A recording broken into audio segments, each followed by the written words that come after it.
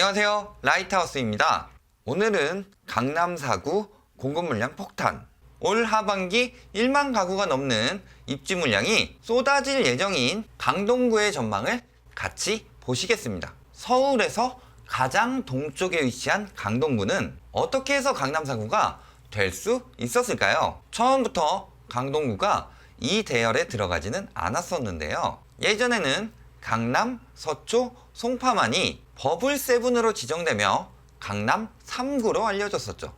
하지만 세계 경기 침체로 우리나라의 부동산 시장도 극심한 침체기를 겪게 되고, 이에 따른 여러 가지 부동산 완화 정책을 실시합니다. 그중 하나가 2012년 12월에 재건축 초과이익 환수를 유예한 특례입니다. 관리처분인가를 2014년까지 신청하면 재건축 부담금을 면제시켜주자 연한을 충족하는 많은 아파트들이 앞다투어 재건축을 추진하기 시작했는데요. 특히 노후화된 아파트가 많았던 둔촌동과 고덕동에 있는 아파트들이 동시다발적으로 개발을 추진하면서 강동구는 본격적인 가격 상승이 시작됩니다. 이 시기에 개발되었던 대부분의 단지들은 비슷한 시기인 2016년에서 2017년 사이에 분양을 시작하였고, 당시 투기가 성행하던 부동산 시장과 시너지를 내면서 강동구의 재건축 아파트는 많은 수요가 몰리며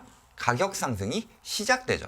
이에 따라 2016년에 발표된 113 부동산 대책에서는 강남 3구에 강동구를 묶어서 투기 과열 지구급의 전매 제한을 하면서 강남 4구 중 하나로 자리매김하게 됩니다. 그리고 비슷한 시기에 분양했던 물량들은 당연히 비슷한 시기에 공급되겠죠. 언제부터 시작될까요? 바로 올해부터 물량이 쏟아져 나오기 시작합니다. 올해 6월 레미안 명일역 솔베뉴 1900세대로 시작하여 9월에는 약 5000세대의 고덕 그라시움을 포함해 올해에만 5개 단지에 무려 11,000여 가구가 공급될 예정입니다. 여기서 끝이 아닌데요. 내년부터는 고덕 아르테온 4,000여 세대를 시작으로 2022년에 들어오는 역대 최대 규모의 단지인 둔촌주공 12,000여 세대까지 앞으로 총 3만여 세대가 끊임없이 공급될 예정입니다.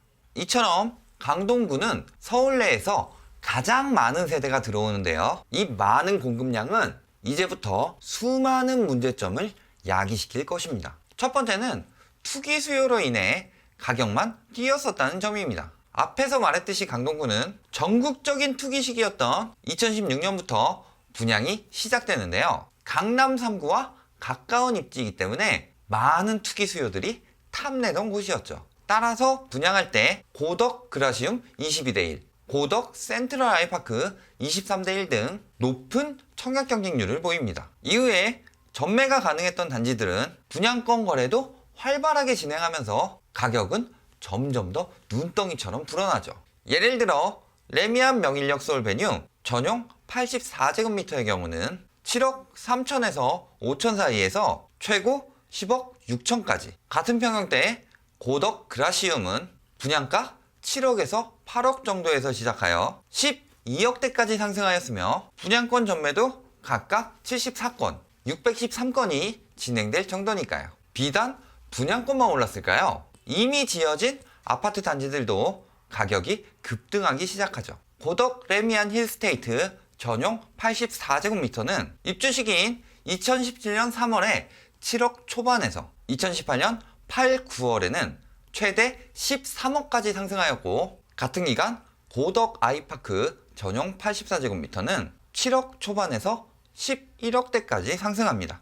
하지만 끝없이 올라갈 줄 알았던 강동구의 부동산은 9.13 대책이 나오면서 다시 내리막길을 걷게 됩니다. 앞에서 언급했던 고덕 레미안은 낮게는 9억 8천까지 떨어졌고, 아이파크는 최근에 거래도 안 되고 있습니다. 가격 하락과 거래 절벽이 동시에 오고 있다는 거죠. 두 번째 문제점은 전세가 하락입니다.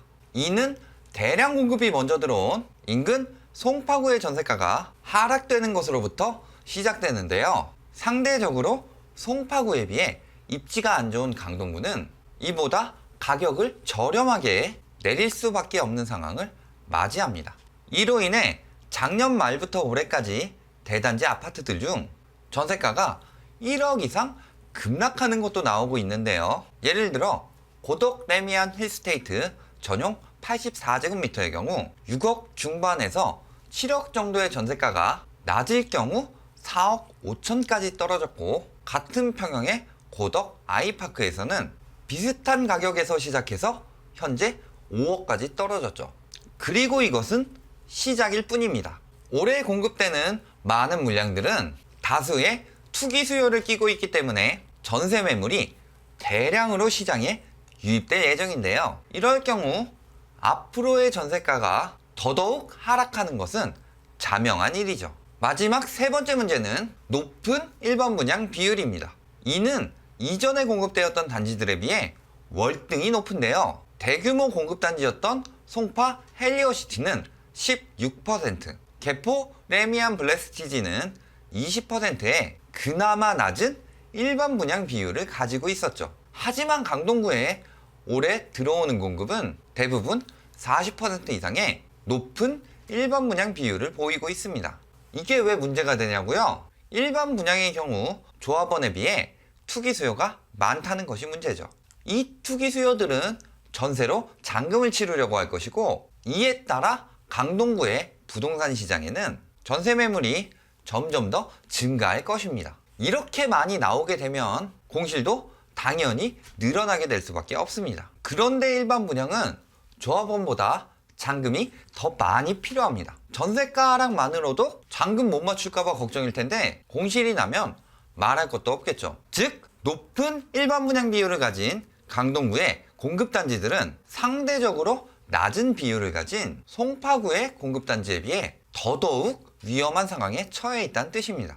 결론을 말씀드리겠습니다. 현재 강동구는 많은 공급으로 인해 서울 내에서 전세가 하락률이 가장 높습니다. 게다가 인근에는 아직도 헬리오시티나 개포 레미안 블레스티지에 전세 매물이 약 3,000세대 남아 있고요. 그런데 강남 3구에 비해 입지상으로 불리한 강동구로 전세 수요가 들어올까요? 아마 지금 공급되는 많은 아파트 단지들은 앞으로 전세 맞추기 힘들겠죠.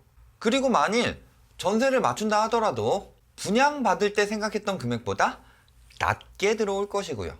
그럼 잔금 납부하기 매우 부담스러운 상황이 되겠죠. 그렇다고 지금 당장 팔려고 해도 거래 절벽이라 매매도 안 됩니다. 완전 딜레마에 빠진 상황이 된 거죠. 감당도 못하면서 욕심에 눈이 멀어 무리하게 투기한 사람들은 어쩔 수 없이 급매물로 팔려고 하지만 결국 잔금 미납 세대가 나오게 될 가능성이 매우 높습니다. 이 많은 공급 중에서 급매물이나 잔금 미납이 하나 둘씩 나오게 되면 그 숫자는 시세를 바꿀 만큼 많아질 것이고, 그 결과 강동구는 큰 하락세를 보이게 될 전망입니다. 재건축과 함께 야심차게 강남 4구에 입성했던 강동구는 잠시 일장 춘몽을 꾸었을 뿐 그 타이틀을 반납해야 할 시간이 차츰 다가오고 있습니다. 오늘 보신 영상이 도움이 되셨다면 좋아요와 구독 부탁드립니다.